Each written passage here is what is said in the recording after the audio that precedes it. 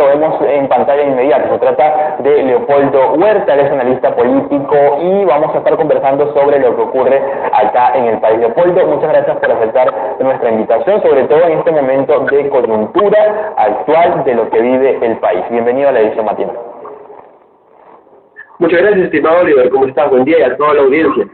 Bien, buenos días, estimado Leopoldo. Quisiéramos conversar contigo un poco lo que ocurre en el país. Quisiera preguntarte si podemos encontrar coherencia en ese llamado al diálogo que se hace desde el gobierno de Dina Boluarte, tomando en consideración que la Fuerza Armada, también la Policía Nacional del Perú, continúa reprimiendo a diestra y siniestra sin siquiera saber quiénes son los que están.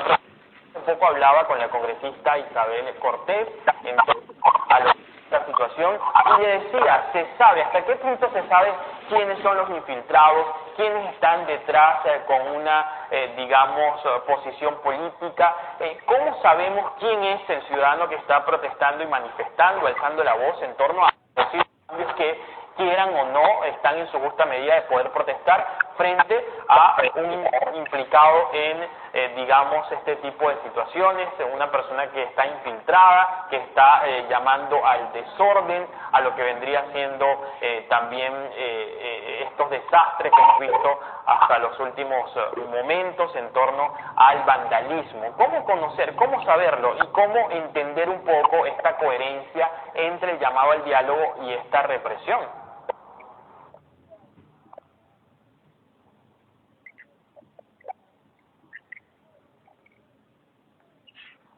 Bueno, en esta situación yo considero que habría que analizar todo el tema desde el inicio, ¿no? Inició obviamente por el tema de lo que es que Pedro Castillo volviese al poder.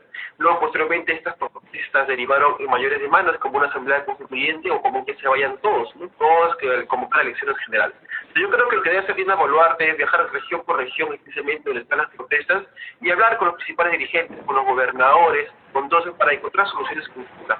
Así que depende mucho de un diálogo que debe tener Dina Boluarte con la población. Yo creo que fue algo positivo, pero de repente fue muy tarde el mensaje de la nación que brindó. Desde el primer día debía brindar este mensaje afirmando el que se vayan todos, pero con reformas previas, evidentemente. Lo importante es que son estas reformas para el país y calmando a la ciudadanía, diciendo así, efectivamente nos vamos a ir todos en este proceso. No hubo esa comunicación, la ciudadanía inclusive cuando ella propone adelanto de elecciones para el 2024 seguía protestando en varias regiones del sur, incluso también en Apurímac, en el centro. Entonces no hubo esta comunicación clara. Lo que hace Dina Boluarte, en mi opinión, es reunirse en cada región con los principales dirigentes, los gobernadores, conversar, dialogar para ya poder llegar a un consenso, ¿no? Y poder comunicar mejor día a día sobre el tema del adelanto de elecciones, lo importante, las reformas para que la ciudadanía pueda entender. Visto esto, obviamente había que luego separar, ¿no? Claro, está de los asusadores que están promoviendo las marchas de manera violenta y evidenciarlos a cada uno de ellos. El tema es que se adelanten elecciones y eso tiene que dejar de lado el tema de agendas personales como por eso una asamblea constituyente. Creo yo que habría que analizar posteriormente ese tipo de consensos y de diálogos, quiénes siguen cometiendo actos vandálicos y cuáles son sus consignas y ver también quiénes lo financian. Es muy importante también analizar, y ya requiere un trabajo de inteligencia evidentemente, para poder captar a estas personas usando, financiando a aquellos asesores, lo cual no desacredita la marcha de cierto sector de la población que siente que su clase política está alejada y para eso necesitan reformas que puedan ayudar a elegir.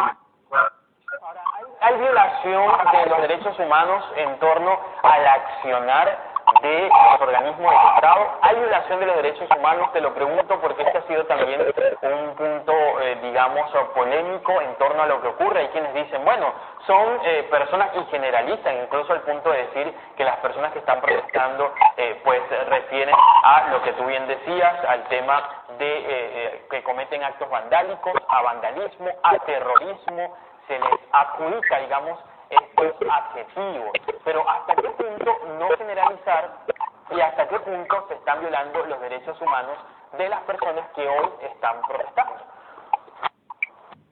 Considero obviamente que no hay que generalizar, eso es claro. Hay muchas personas con distintas consignas, por ejemplo, adelanto de elecciones, personas que en sus regiones están olvidadas, en parte por los gobernadores regionales que no ejecutan adecuadamente su presupuesto.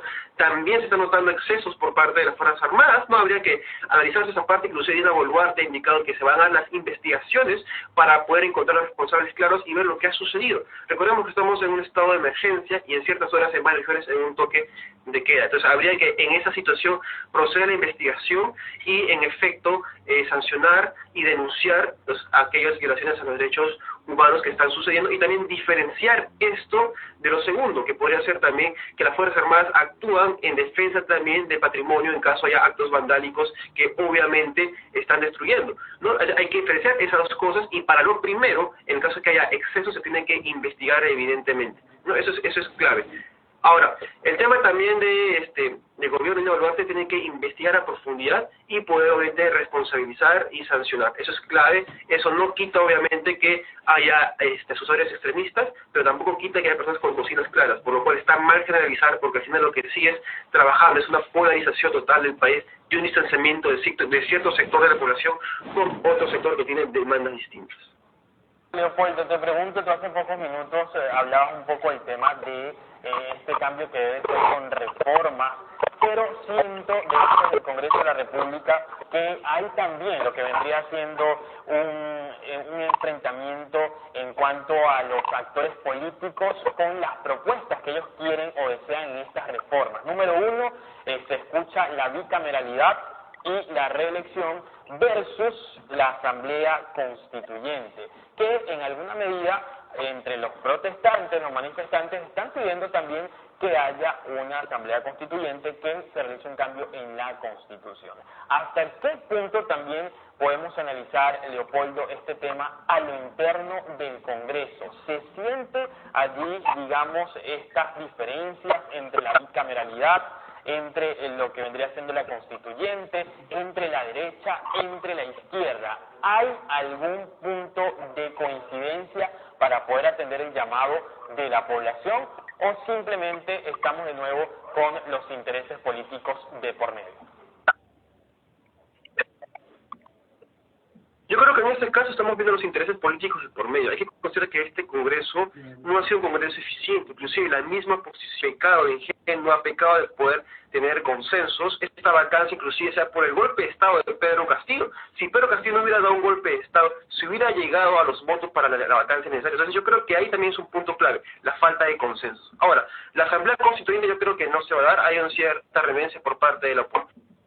Pero yo creo que es el tema de las reformas a la Constitución. Yo creo que es importante ciertas reformas, por ejemplo, el tema de la reforma política, la bicameralidad, el voto facultativo, los distritos uninominales, el tema del capítulo económico, inclusive de que el dueño del suelo también puede ser dueño del subsuelo, también se aplica cierta reforma en ese sentido, y otras reformas más que puedan ser recogidas por la sociedad civil. Entonces yo creo que no haber un consenso por parte de la Asamblea Constituyente, podría haber un consenso, sí, por parte de la reforma política, evidentemente viendo cuáles son las posturas de cada tienda política, pero puede haber un consenso en la reforma política, pero obviamente cierto sector va a seguir promoviendo la constituyente como una parte de su consigna. Entonces yo veo poco consenso con una constituyente, de repente se hay que impulsar más protestas para ello, pero creo que el camino adecuado por parte de los que no están de acuerdo es sí admitir que hay cosas que se deben modificar en la Constitución del 93 y proceder a las reformas de esto y mostrarles a la ciudadanía, o también en todo caso que los mismos congresistas puedan reunirse, especialmente las comisiones que ven el tema relacionado a las reformas, para recoger la opinión de la sociedad civil y poder agregarlo o discutirlo, debatirlo como posibles también reformas a nuestra actual Constitución.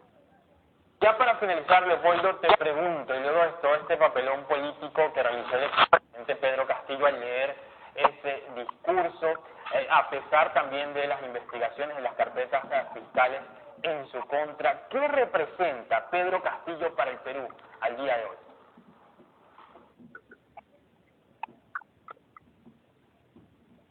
Pedro Castillo representa el continuismo, Pedro Castillo representa la forma de hacer política de manera pícara, viva, aprovechar obviamente sindicalista y toda esa plataforma, creando una imagen de una persona del campo, una persona que es rondero, que al final ni siquiera fue, no una persona que estaba relacionada con la sierra, que hablaba quechua, que ni siquiera hablaba quechua, de forma esta política que ya tanto nos tiene cansados, ¿no? La política pícara, la política de la corrupción, la política que conlleva tantos años, inclusive las mismas regiones, de gobernadores corruptos, de gobernadores que usan un discurso, una narrativa de polarización para despertar esa emoción, pero usarlo para dividir más y beneficiarse ellos en el poder. Pedro Castillo es la muestra del autoritarismo, la muestra de la ineficiencia, la inexperiencia, la corrupción y esa manera lamentable, como les digo, de hacer política apelando al odio.